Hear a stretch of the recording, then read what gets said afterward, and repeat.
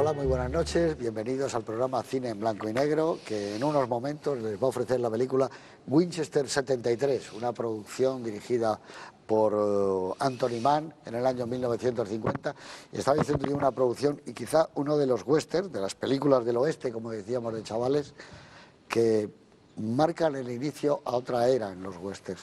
A partir de esta película de Anthony Mann, esos westerns clásicos de John Ford, de Howard Hawks, etcétera, que tienen la visión y la mirada hacia un país, hacia una naturaleza especial como era el siglo XIX en los Estados Unidos, a partir de Anthony Mann la mirada cambia e incluso entra la psicología, el análisis en mayor profundidad todavía de los personajes. Nos encontramos a un James Stewart que no tiene nada que ver con las películas y las comedias que había hecho. Sale el lado oscuro de él y a lo largo de esas 6 y 7 películas que hacen juntos, yo creo que hacen el mejor trabajo. Hay secuencias como el concurso de tiro al principio, tiroteos en las calles. Yo creo que si esta película se hubiera filmado en color y hubiera dado al paisaje la majestuosidad que hubiera tenido, a las rocas, a la naturaleza, en una palabra, cosa que hace Anthony Mann en otras películas luego, tendría o hubiera tenido todavía, no sé, mayor fuerza, hubiera sido comparable a Horizontes Lejanos, a Colorado Gin, a El Cid. Aún así yo creo que es una de las obras maestras incontestables de Anthony Mann. Yo no recuerdo como espectador nunca haber escuchado el sonido de las balas como en esta película, a que la gente dispare como dispara en esta película, cómo se llevan la mano al rifle, a la cara, cómo apuntan y disparan. Pero bueno, yo aparte de ser un apasionado increíble de esta película, José Antonio Pruneda, buenas noches. No sé, pero imagino que compartes el entusiasmo por Anthony Mann, evidentemente, pero por Winchester 73, que es una película asombrosa según pasan los años. Pero... tiene 60 años.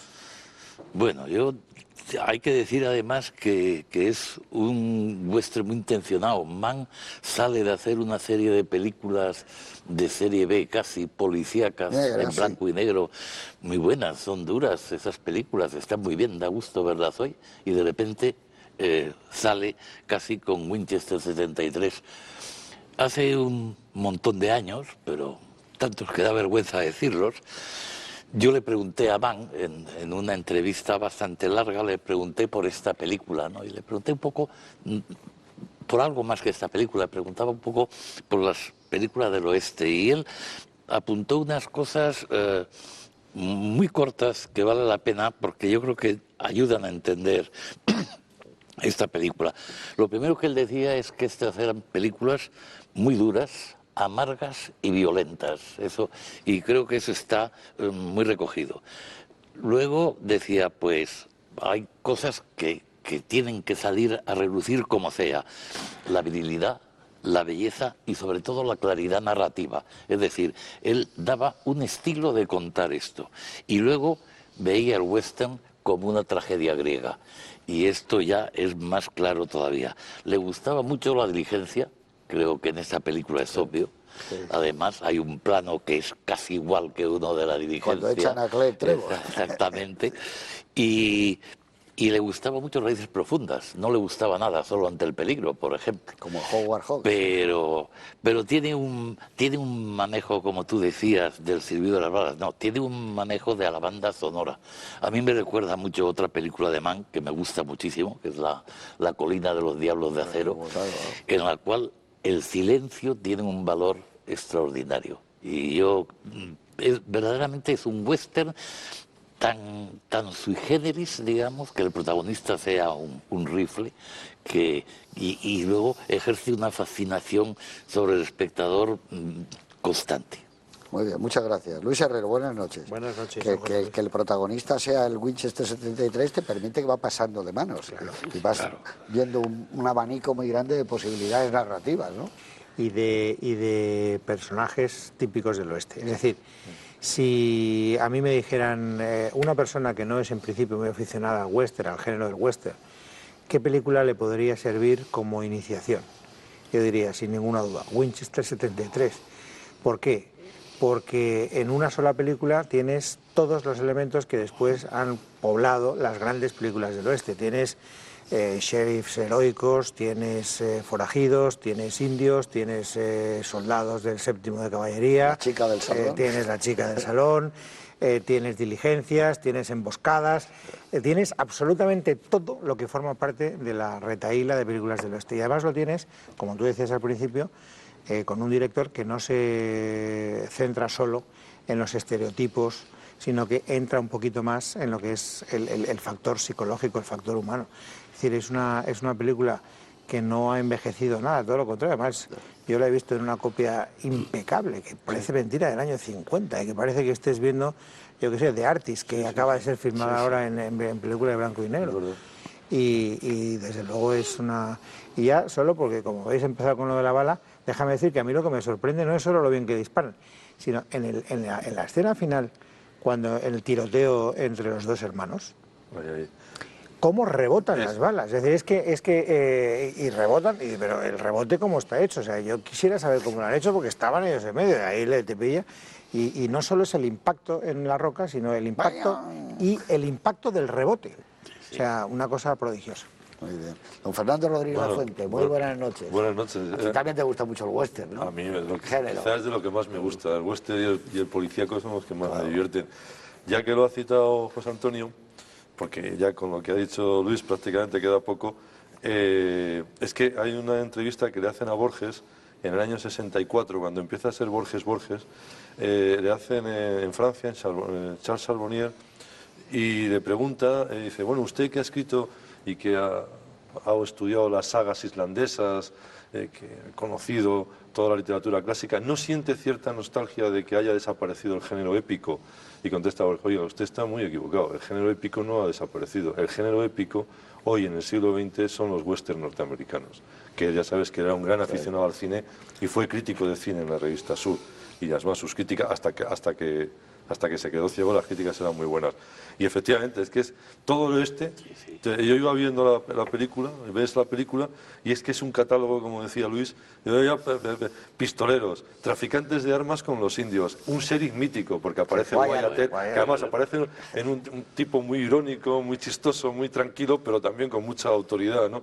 Aparece el eco de Little Bill Horn. Sí. Aparece la guerra civil, porque no vamos a descubrir que personajes son antiguos confederados, ¿no? Tony Curtis y Rock Hudson. Por cierto, podríamos hacer un juego con los espectadores a ver si pillan cuándo sale Rock Hudson, ¿eh? Porque no es fácil, ¿eh? No es fácil. Tony Curtis no sale al principio en los títulos, sale al final. Sale al final, ¿no? Bueno, pues hay dos tipos cabalgando juntos también. Como tú bien decías, que es que se crea esa mítica. Aparece la caballería, aparecen las persecuciones de carromatos, aparecen los secuestros. Oye, es que efectivamente está todo el cine del oeste. Y mira, Wim Wenders dijo, aquí no hay una buena película, aquí hay unas cuantas buenas películas, ¿no?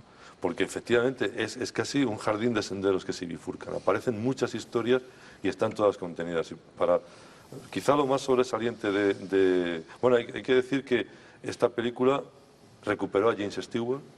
La figura de James Stewart estaba, después de la Segunda Guerra Mundial, había bajado bastante porque la época dorada de Qué bello es vivir y todas estas... había fracasado Harvey. Mucho, efectivamente. No había ido bien de taquilla. Y James Stewart no era un personaje para el western. Y mucho menos. Porque era un tipo débil, simpático, amable, no fuerte, pero no un tipo duro. Y por lo tanto, el tipo duro era tipo John Wayne o cosas por el estilo. Pero en cambio empieza... Estos sí que comienzan como el final de Casablanca, Anthony Mann y James Stewart, porque es el principio de una gran amistad, porque hicieron 5 películas después juntos, todas del oeste: Colorado Gin, el hombre del Laramie, Horizontes Lejanos, Tierras Lejanas. O sea, y vaya peliculones todas, ¿eh? O sea, y todas... Iba a haber dirigido la última bala, y no la dirigió luego Anthony Mann. Y hay un dato... Y en medio hicieron Música y lágrimas. Claro, ese mismo año, ya metido probablemente en la historia, James Stewart hace Flecha Rota, que también es una película con los indios y una película formidable, ¿no? Así que yo creo que lo que más, por lo menos, atrae del cine de Anthony Mann es que más que la acción es la tensión, tú decías, ¿no? El cambio de roles de los personajes, ¿no? Y además, oye, que son personajes, van a verlo ahora los espectadores, pero son personajes muy duros. El personaje de James Stewart es implacable. Tremendo. Es bastante implacable. Y vengativos, son duros. Exacto, el tío tiene un objetivo y va a cumplirlo, caiga quien caiga. La película, además, ya sabéis que se hizo, era una réplica de una película que había rodado la Warner de Colt 45. Entonces estos hicieron Winchester 73, que en principio la iba a rodar Fritz Lang. Fritz Lang la estuvo preparando. Y que después, mira, tuvimos la suerte que habría estado bien, pero habría sido otra película de Anthony Mann. A mí es uno de mis grandes, como le llamaba nuestra Sarita Montiel, Tony era estupendo. Sí, señor, muchas gracias. Pues vamos a verla. No en vano, además, Tony Mann dejó una obra maestra en España, que es El Cid, que es una película asombrosa. Y el arranque de otra película, La caída del Imperio Romano, que luego la hemos visto en muchas películas. En Gladiator. Por ejemplo. Todo Marco Aurelio, todo La nieve, todo el arranque ese es exactamente.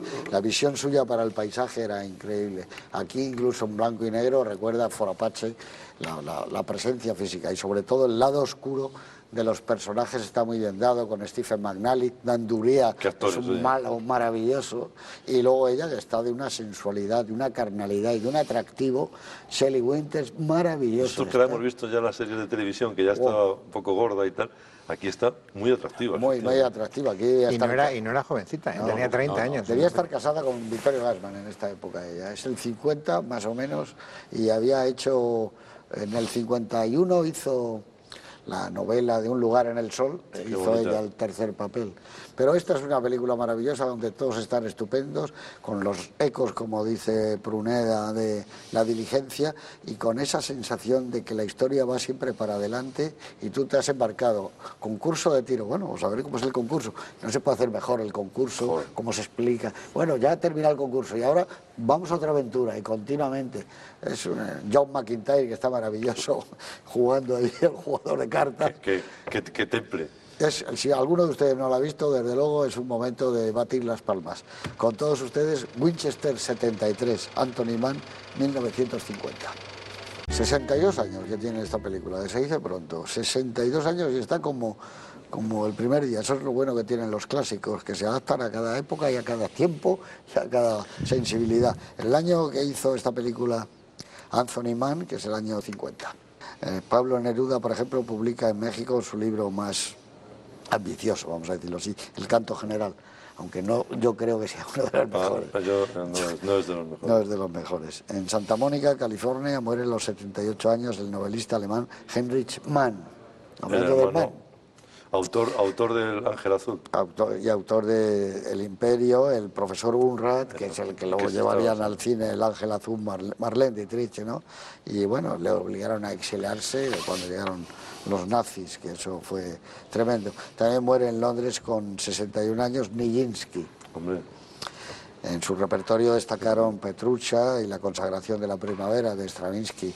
Según se dice, los que tuvieron ocasión de verlo, en la siesta de un fauno, saltaba y cruzaba las piernas, me parece que era 11 veces, que era tremendo. Nijinsky debía ser una cosa asombrosa. Tenía una frase maravillosa ante la situación mundial, decía, aquí la cuestión es suicidarse y seguir viviendo. Pues es una frase digna de Ionesco, que estrenó La cantante calva en ese año 50, ¿no? La Bienal de Venecia premia a Matisse, y este pide acompañar el premio con el escultor Lauren, porque a los 65 años aún no había recibido ningún premio, y dijo Matisse, vamos a que por lo menos, si no hay un reconocimiento crítico, que comparta conmigo el premio, ¿no? En el Mundial de Fútbol, año 50, Uruguay vence en la final a la selección anfitriona, a Brasil. No es la final, porque en la última fase es un equipo que quedaron 4, jugaron todos contra todos. Era el último partido que se jugaba, no la final. Con el empate, Brasil era campeón. Pero vino como un mazazo sobre la afición carioca, que daba por seguro el triunfo de Brasil. Habían ganado a España 6-1, que quedó en cuarto lugar. España es mejor puesto hasta el Mundial que ganamos. Y bueno, fue la inauguración de Maracaná. Ahora están volviendo a levantarlo, entonces tenía una capacidad para 200.000 personas. Ahora la van a dejar en 100.000. Maracaná, que es el nombre del río. El río. Pasa Pero oye, alrededor. 200.000 personas, imagínate. ¿No fue eso lo que se llamó el maracanazo? Sí, claro, el maracanazo. Pues espero que Luis Herrero cumpla su promesa y me lleve dentro de año y pico a ver la final en Maracaná de España contra Brasil, si es que es esa, claro, Si es que es esa. que es la que yo tengo Queda vaticinada. constancia en este mismo programa y siempre podrás afearme lo que yo reafirmo el compromiso. Que iremos